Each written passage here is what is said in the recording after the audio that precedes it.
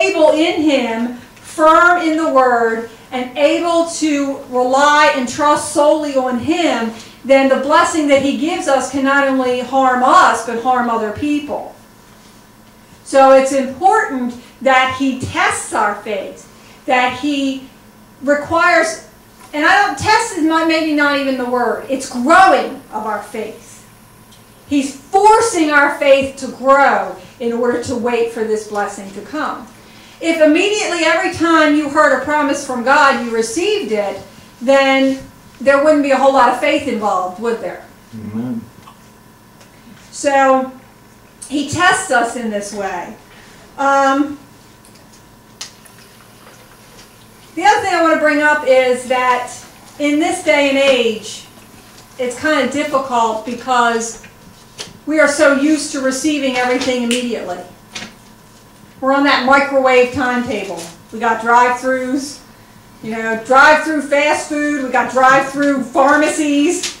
I ain't got much time left. We've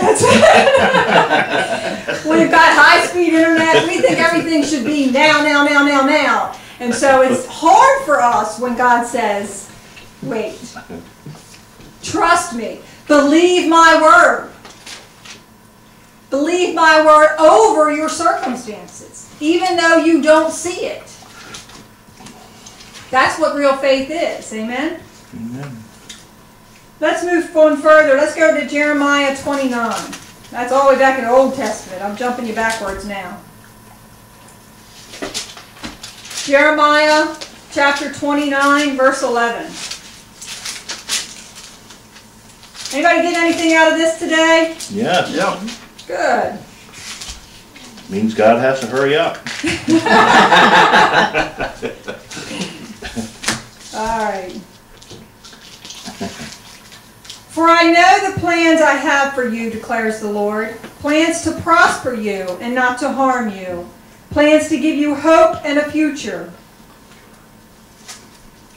That really spoke to my heart when I read that. God has a plan for you. He has a plan for each and every one of us. Mm-hmm. It's a good plan. It's a plan for good. But how often do we mess up the works? How often do we get involved and ruin the plan? Remember the story of Abraham and Sarah. They were promised a child, weren't they? They messed up the works, didn't they? Because they decided that God hadn't happened fast enough. And we look back on that and say, oh, they were so dumb. How could they do that?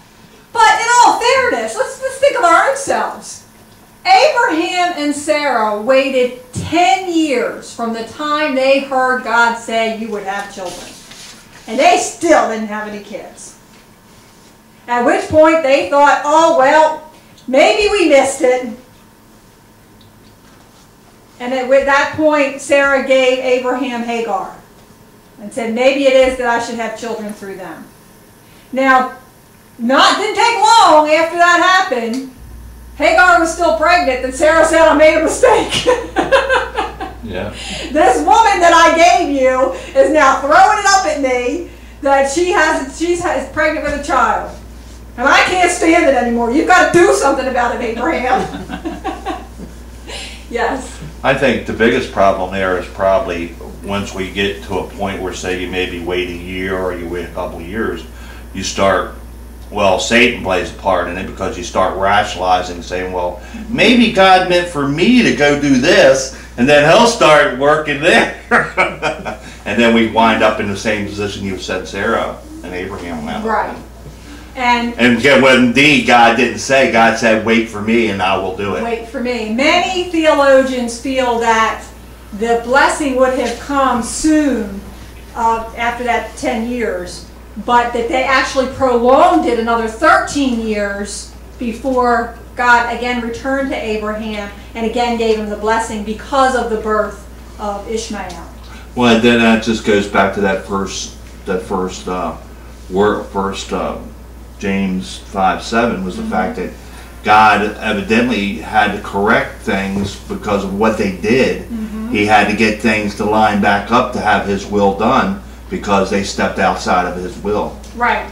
Right. And we have and we do that ourselves. And sometimes we step out of His will so bad we may not ever see it. Sometimes. Yeah. Sometimes we don't just take one step out of His will, but We we keep on. continue down a road. We go down a that journey. takes us down a completely wrong path, and we don't see the manifestation of what He actually had intended for us to begin with. Right. And that does happen. Yeah, So- I'm going to see. Go ahead. I can just see that. I see that in that first verse is that sometimes we have to be careful in what we do because we want to step out and help God. Right. Let me help God. I'm going to help you, God, like He needs help. Well, I got some wisdom. I'm going to be helping you. But what that really is speaks to last week's sermon. When you step out of God's will, Right. you're stepping into pride. That's right. You said you know better than God. Which brings me to my next point, which is that God is setting the stage. He gives you the vision, and then God is setting the stage for the circumstances to line up and also for you to grow to be able to receive those things. Amen? However, what we also need to understand is most of the time, I would say, I'd like to say all, but I don't know everything that God does. Most of the time, God only reveals to us a small part of the picture. He'll give us a vision, but we don't see the whole vision. A lot of times He'll give us the vision in pieces as we become a little more mature and we can see it a little more clearly and a little more clearly as far as what He has for us to do. I have seen that personally in my own life. And in my own prayers, I have seen Him reveal something to me and then for it to become more clear and more clear and more clear as far as what the actual vision is.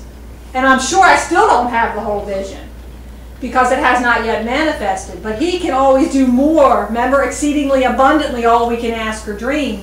Well, His vision for us is exceedingly abundantly more than what we can fathom. And so, we're waiting on God. God, why aren't you doing this? Because He's got a whole lot of circumstances He's got to fix and put into play before this is going to happen, and we don't see it all. But His glory is so great and so wonderful. If we would just accept that and receive the fact that we don't know everything. Walk in that.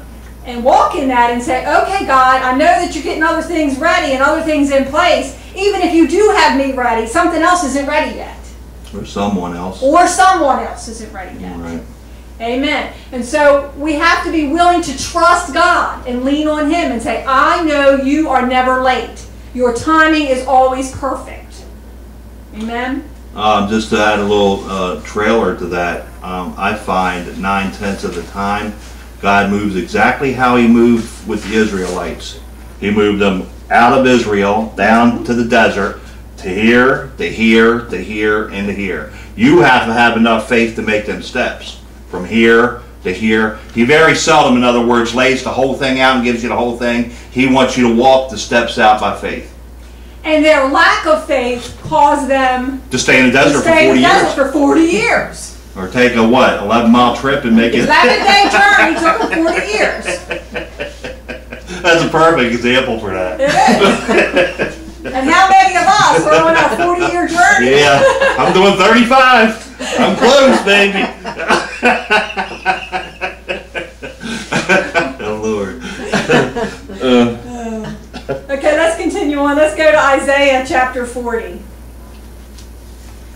We're going to start in verse 27.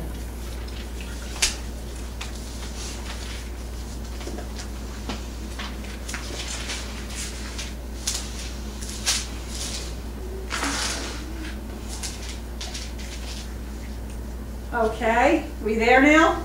Yep. Verse 27 reads, Why do you say, O Jacob, and complain, O Israel? My way is hidden from the Lord. My cause is disregarded by my God. Do you not know? Have you not heard? The Lord is the everlasting God, the creator of the ends of the earth. He will not grow tired or weary, and His understanding no one can fathom. Let's stop right there for a minute.